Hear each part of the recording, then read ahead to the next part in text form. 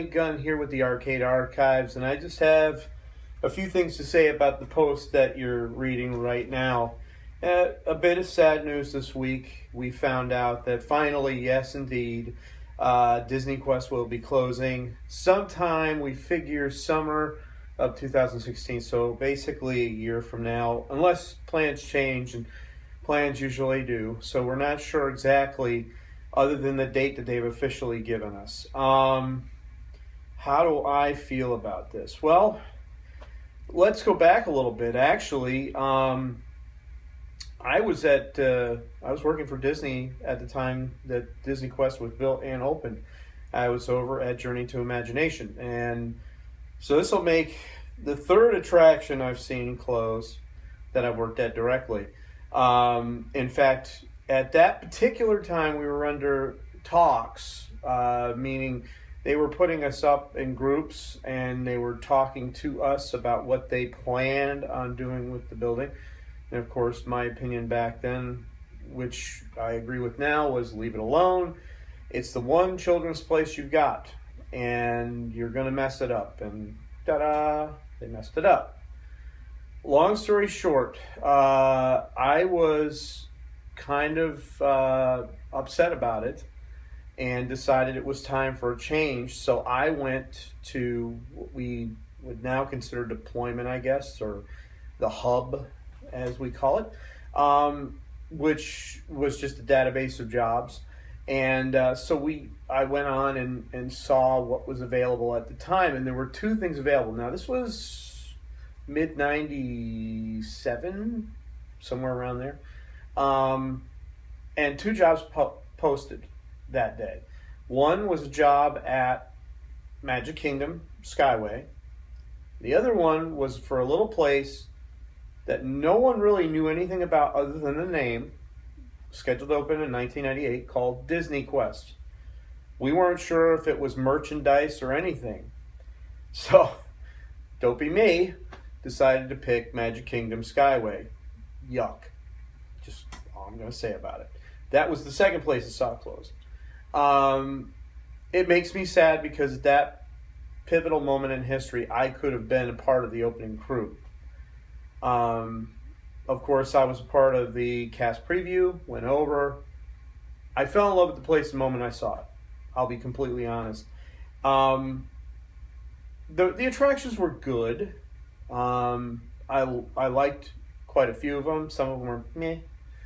But I was really impressed with the selection of classic games we had. And at that time, we probably had one of the largest freestanding collections in the Southeast, I would say, without hesitation at that time.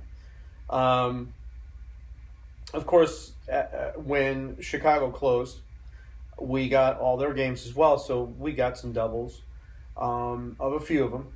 Joust is one of them. I believe Galaxian is another. There's a few of them.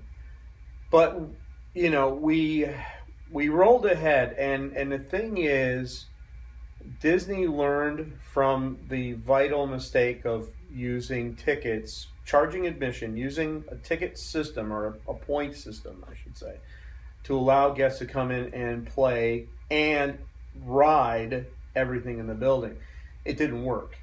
It would work for a place, you know, subsequently later on with Dave & Buster's and other places like that will use a point system. You purchase your card, put points on it, and play games.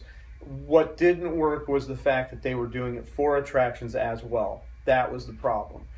So they, you know, opted, I guess, maybe a year and a half later to forego the entire card situation within the building and go with a pay one price deal.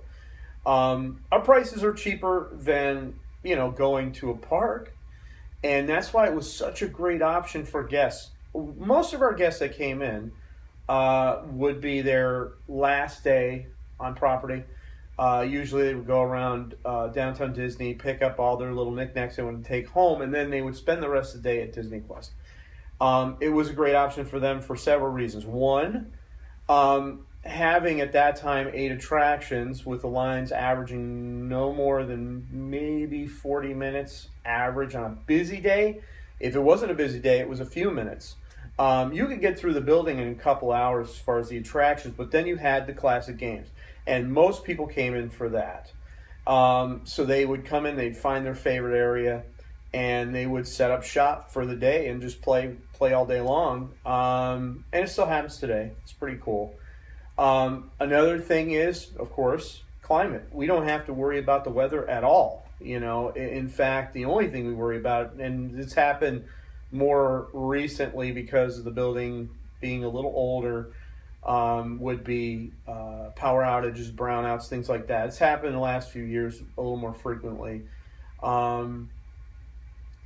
But we were always a viable option. The cost, the length of stay, and the fact that we were inside. And this is my humble opinion on the whole situation. I think at one point Disney just said, it's not broke, don't fix it. We make money, leave it alone. Don't do anything to it. Change very little, it makes money. But at the end of the day, with an aging building, you have to start making decisions. You have to start planning ahead. And I think that's what Disney did. Do I think it's wrong? Yeah, I do. But given the age of the building and the amount of work it would have taken to basically restore the building or change it up would have probably been very costly for them. So they opted to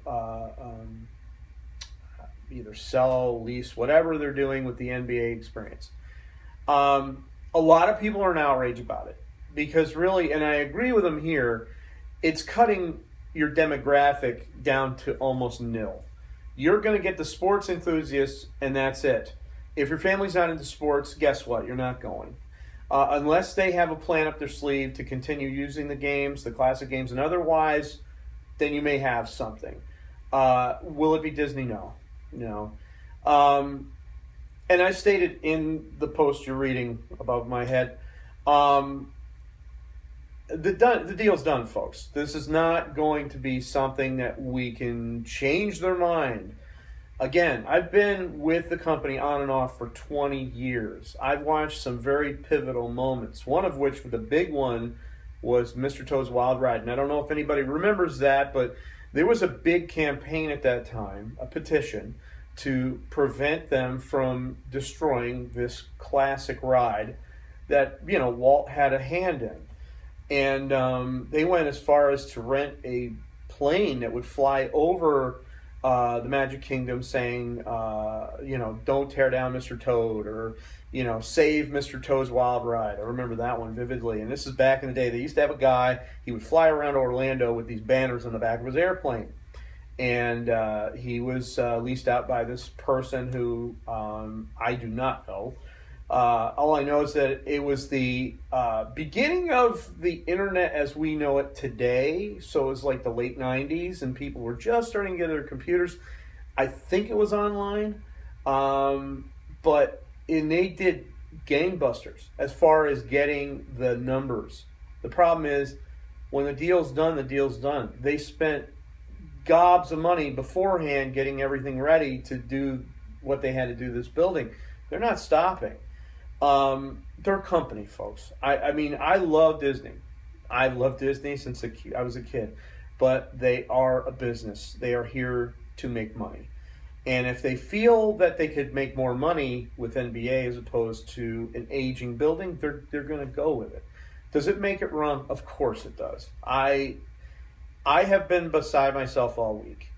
In the years that I wasn't with the company, I was still following what was going on, and anybody involved in the video game news groups, the arcade game news groups, will know that usually every few months somebody will bring up, when's DisneyQuest going to close so we can buy all the games? Well, now I can't wait to check them out because eventually it's going to pop up that, yes, in fact, we're closing. So they're all going to be like lions waiting for the kill, waiting for this building to close. What I hope out of this is that Disney will realize that a place like DisneyQuest needs to exist. It needs to exist at Downtown Disney. Disney Springs, as we're calling it now. It has to.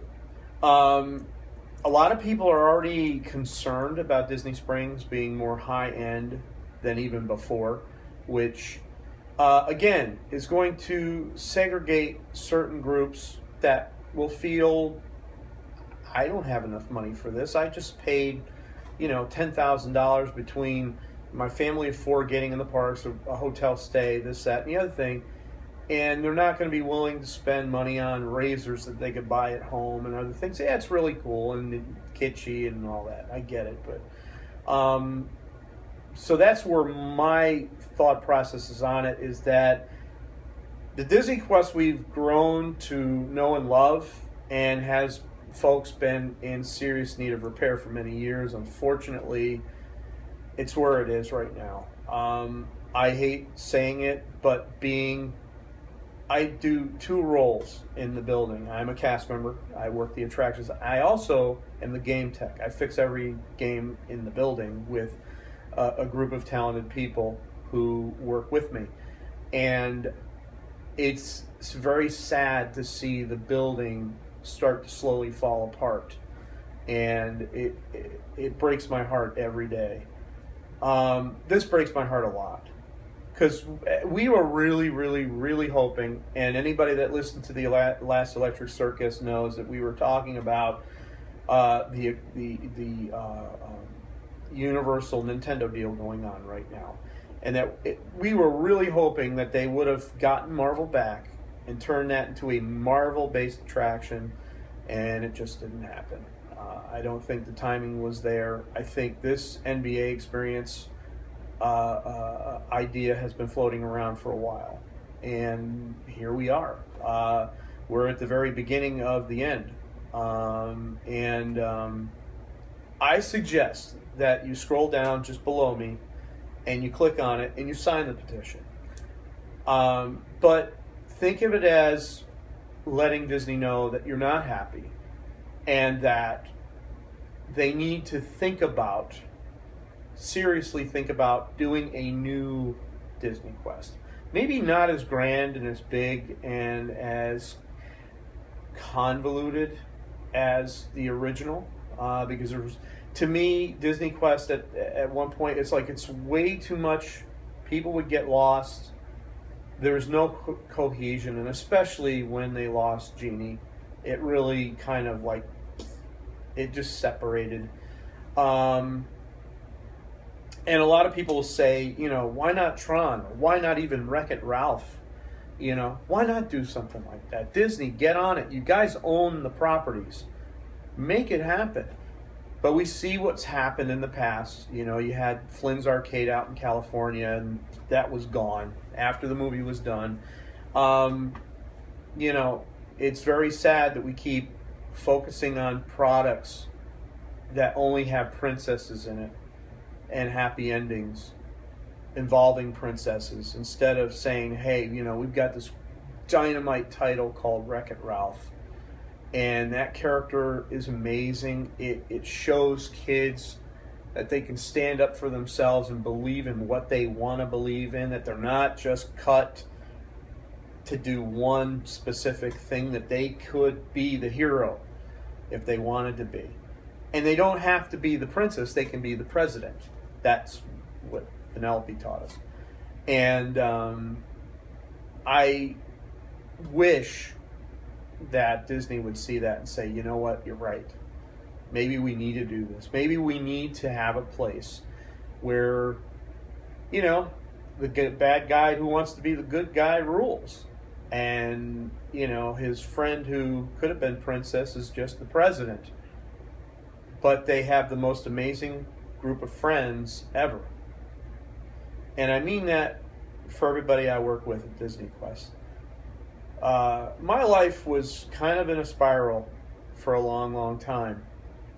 Getting older, watching my kids grow up a little bit, and realizing that my duties as a parent were slowly fading away as they got older, and felt that they were ready for the world and didn't need Dad to take them around anywhere to pal around with or anything else.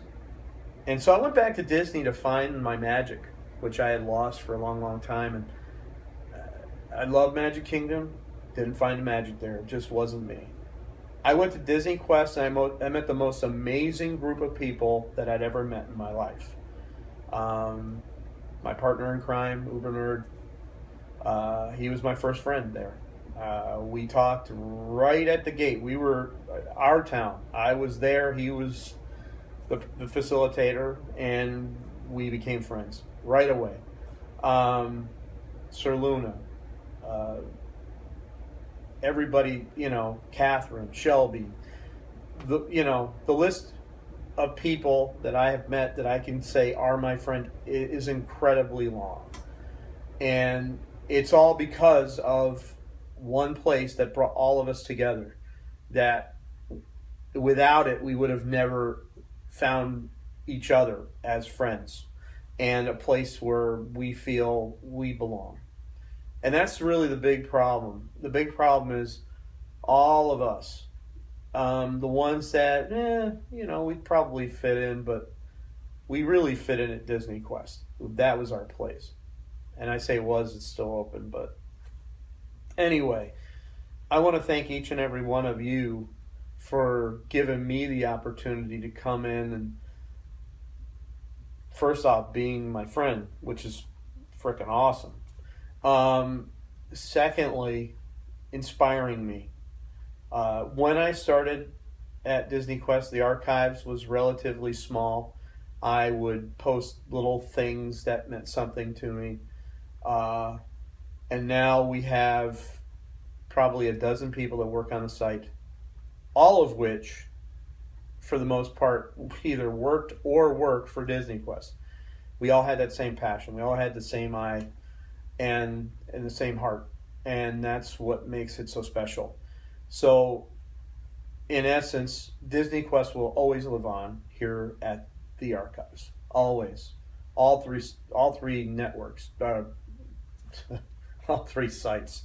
But this was just my little kind of intro to what's going to happen in the next year. And here on the archives, you're probably going to see a lot of love letters to a building that meant a lot to all of us. And, I just wanted to tell you guys, DisneyQuest, I love each and every one of you. You're my family. You always will be. No matter what happens and where we go and what we end up doing, you'll all mean something to me in my heart, always. And again, keep following the site and see what we have to say about it. Because again, there's a lot of us and we have a lot to say. So please stay tuned to this story. It'll be ongoing throughout the year. And hey, arcaders out there, don't give up hope. Keep playing like it's 1981. And we're not going anywhere here on the archives, I promise you. We're going to be here and we're going to keep giving you all the nerdtastic fun that you've been getting for the last 3-4 years. Yeah, 4 years, I think, that we've been doing this thing. So just keep watching, keep listening, and again, keep playing like it's 1981. All right, arcaders, I will talk to you later. Ray Gunn with the Arcade Archives Network. Bye, everybody.